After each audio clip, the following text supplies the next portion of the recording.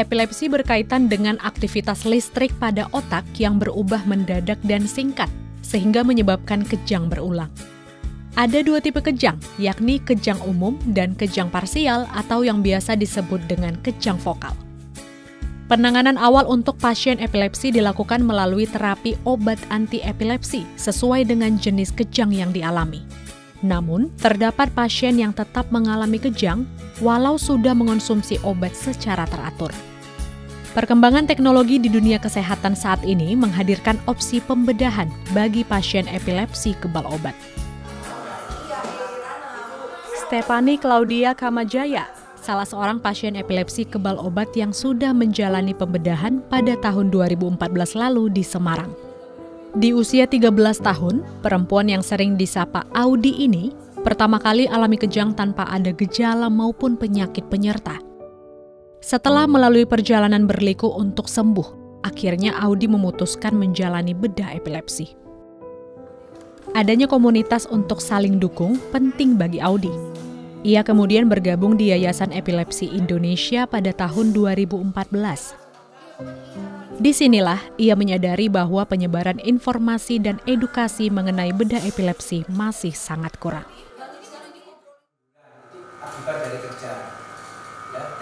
Merasakan manfaat media sosial dalam menyebarluaskan informasi, Audi tergerak membagikan kisahnya sebagai epilepsi survivor.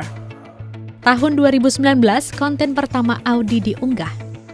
Konten tersebut berkolaborasi dengan Dr. Zainal Mutakin, dokter spesialis bedah epilepsi yang menangani Audi. Saat ini, Audi aktif mengedukasi masyarakat awam serta pasien epilepsi di laman Instagram dan YouTube miliknya.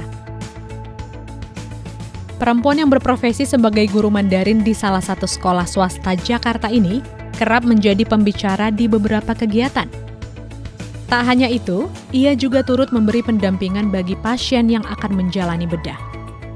Dalam beberapa kesempatan, Audi turut serta memberi dukungan secara langsung kepada pasien yang sedang menjalani bedah epilepsi. Dan memang sebelum aku melakukan operasi, sudah diinformasikan ya oleh prof aku kalau setelah operasi itu kesembuhannya itu adalah 70%.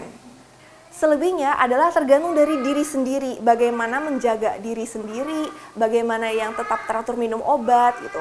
Dan setelah aku operasi, aku puji Tuhan tuh menjadi terkontrol. Yang tadinya kebal obat, yang hampir setiap hari itu serangan, setelah aku operasi itu aku menjadi terkontrol dan sangat-sangat jarang sekali mengalami serangan. Dan kalaupun mengalami serangan, itu pasti karena ada faktor pencetusnya. Salah satunya kalau wanita ya, mungkin yang paling sering juga dialami pasien epilepsi wanita lainnya itu adalah masalah menstruasi. Susanti, ibu dari pasien anak yang didiagnosa epilepsi, merasa terinspirasi dari sosok Audi. Ia merelakan pekerjaannya agar fokus pada kesembuhan anaknya. Perempuan yang tinggal di Kecamatan Sosa, Kabupaten Padang Lawas ini membawa anaknya yang berusia 9 tahun untuk menjalani serangkaian pemeriksaan dan konsultasi. Rasanya seneng banget, ibaratkan dapet hadiah yang gede gitu. Apalagi setelah operasi ini Arka kan belum ada serangan ya sama sekali. Jadi bisa dikatain berhasil banget. Jadi seneng, nggak dari akunya, dari keluarga, dari tetangga lingkungan pun pokoknya mendukung banget atas operasi ini. Apalagi hasilnya sangat memuaskan, pokoknya banget lah. Tidak saja di Jawa, layanan bedah epilepsi juga berlangsung di RSUP Haji Adam Malik Medan. Bedah ini diharapkan dapat menjangkau seluruh pasien epilepsi kebal obat di Sumatera Utara dan sekitarnya, sehingga pasien yang terkontrol obat dapat menjalankan aktivitas sehari-hari.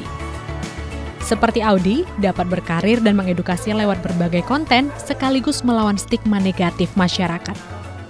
Semangat Audi dalam mengedukasi masyarakat tak pernah padam. Ia juga gigih mendampingi pasien epilepsi di berbagai kota agar berjuang untuk sembuh.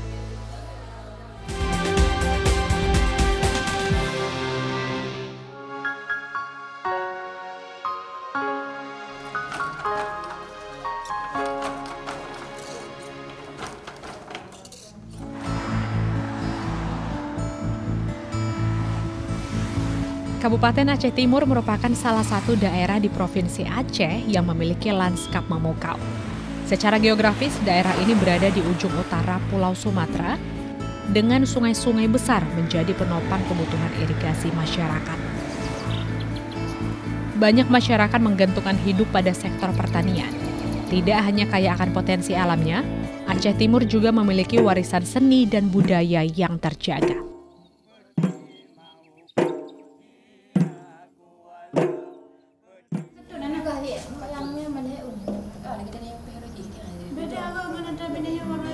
Menjaga warisan budaya inilah yang dilakukan Safrina, perempuan usia 35 tahun asal Desa Pelalu, Simpang Ulim, Kabupaten Aceh Timur. Selama 12 tahun, ia giat menenun kain tradisional Aceh. Bersama Rumah Tenun Gampong Pelalu, perempuan yang akrab disapa Pina ini juga berperan penting dalam pemberdayaan ekonomi perempuan di desanya.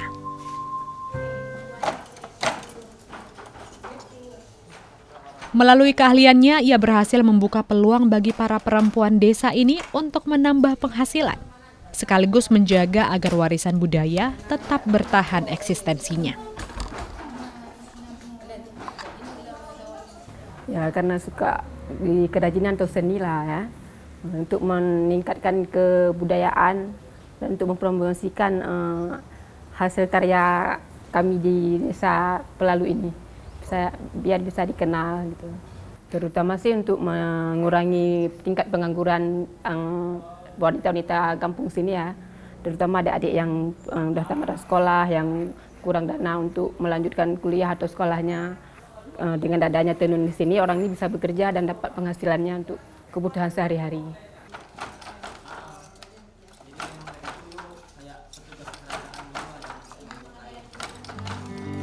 Ya, sebanyak 14 perempuan dari berbagai usia, mulai 17 hingga 50 tahun, membantu Pina menenun kain tradisional. Mereka tidak hanya menghasilkan kain tenun khas Aceh, tetapi juga memproduksi kain songket yang indah. Di Rumah Tenun Gampong Pelalu yang terletak di Desa Pelalu, Kecamatan Simpang Ulim ini, mereka rutin menenun mulai dari jam 9 pagi hingga 5 sore hari. Dalam sebulan, Pina bersama kelompok tenunnya berhasil memproduksi hingga 150 lembar kain tenun yang dibuat menggunakan alat tenun bukan mesin atau ATBM. Mereka membuat berbagai motif seperti motif pintu Aceh, pucuk rebung, bunga matahari, pucuk gelima, dan motif lainnya.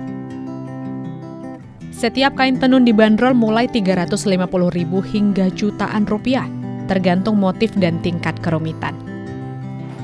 Menariknya, kain tenun dari Desa Pelalu tidak hanya laris di Pulau Sumatera, tetapi juga diminati hingga Ngawi, Jawa Timur.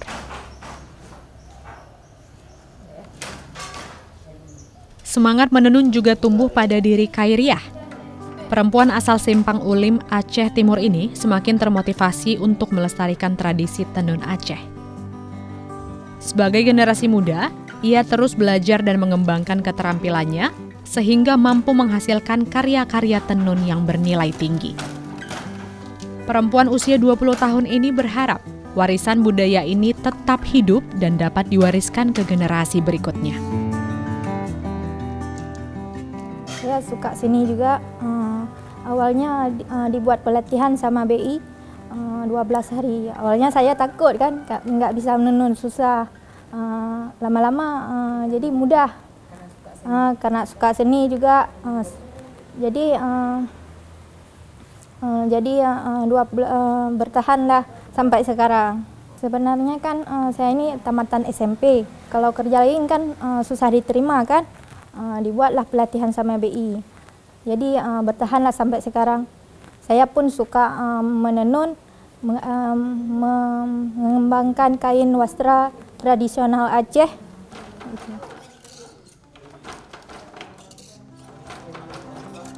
Kain tenun khas Aceh bukan sekedar karya seni, tetapi juga cerminan dari kekayaan budaya dan tradisi yang telah diwariskan turun-temurun. Setiap helai kain yang dihasilkan membawa makna mendalam, menggambarkan kecintaan terhadap warisan leluhur dan semangat untuk melestarikannya.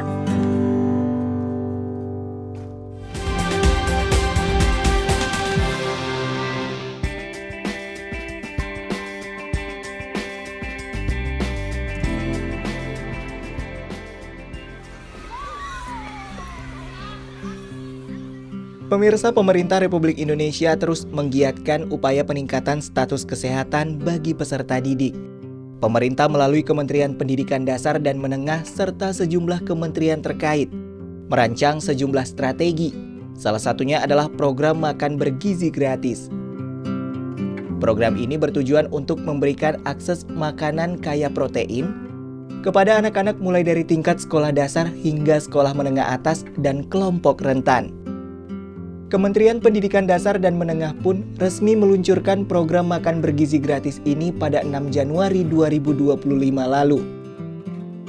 Diperkirakan hingga akhir Januari 2025, program ini sudah menyasar ke 943 titik satuan pelayanan pemenuhan gizi di 26 provinsi.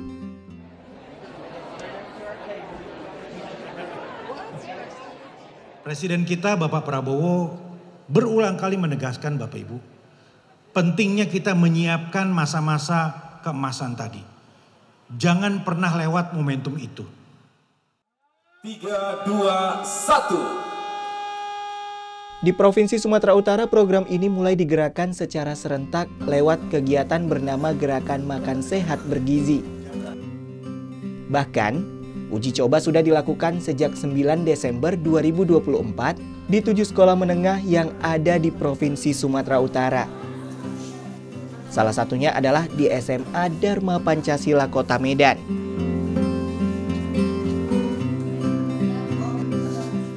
Tentu setelah dapat surat edaran dari kementerian melalui Dinas Pendidikan, kita sampaikan kepada orang tua bahwasanya sekolah kita ditunjuk sebagai sekolah uji coba program makan sehat bergizi di Sumatera Utara. Respon bermacam-macam, termasuk ada yang menyatakan kapan mulainya, tapi secara antusias mereka senang. Bahkan cenderung namanya di masa anak SMA, lagi kuat-kuatnya makan. Bahkan ada yang bilang nasinya sedikit, lauknya sedikit gitu. Dan itu menjadi respon yang baik. Dan kita sampaikan. Sebanyak 258 paket makanan dibagikan setiap harinya. Makanan yang diberikan merupakan makanan bergizi seharga Rp10.000 hingga Rp15.000. Terdiri dari nasi, sayur, dan buah. Biasanya makanan dibagikan langsung ke kelas-kelas setiap jam istirahat sekitar jam 12 siang. Pihak sekolah juga membentuk panitia untuk pendistribusian program makan bergizi gratis ini. Mulai dari tim penerima paket makanan dari Dinas Pendidikan, pendistribusian, dan pengelolaan sampah dan limbah sisa makanan. Program makan bergizi gratis ini merupakan salah satu upaya pemerintah dalam memutus persoalan gizi buruk, khususnya bagi peserta didik. Dari sisi pendidikan, program ini bertujuan meningkatkan prestasi peserta didik dan membangun masa depan generasi emas karena terpenuhinya nutrisi di sekolah.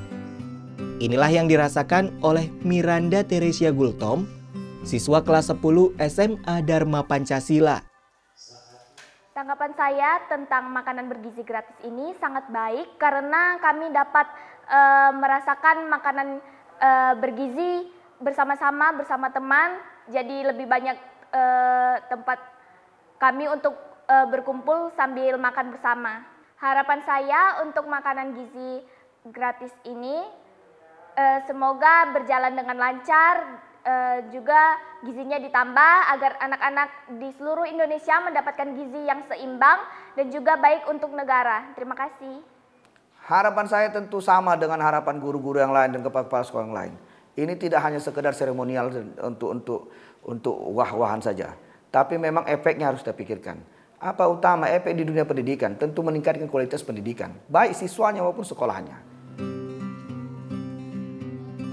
Dengan adanya program makan bergizi gratis ini, diharapkan mutu pendidikan di Indonesia dapat meningkat.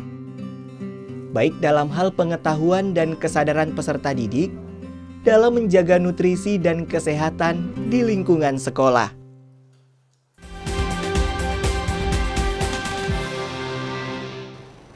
Sekian program Bingkai Sumatera. Saat ini pemirsa Anda juga bisa menyaksikan program unggulan Daai TV di platform Daai Plus yang bisa diunduh secara gratis. Dan saksikan konten inspiratif serta menenangkan hati dimanapun dan kapanpun. Tetap semangat menyebarkan kebaikan, saya Windy Nenggolan pamit. Sampai jumpa.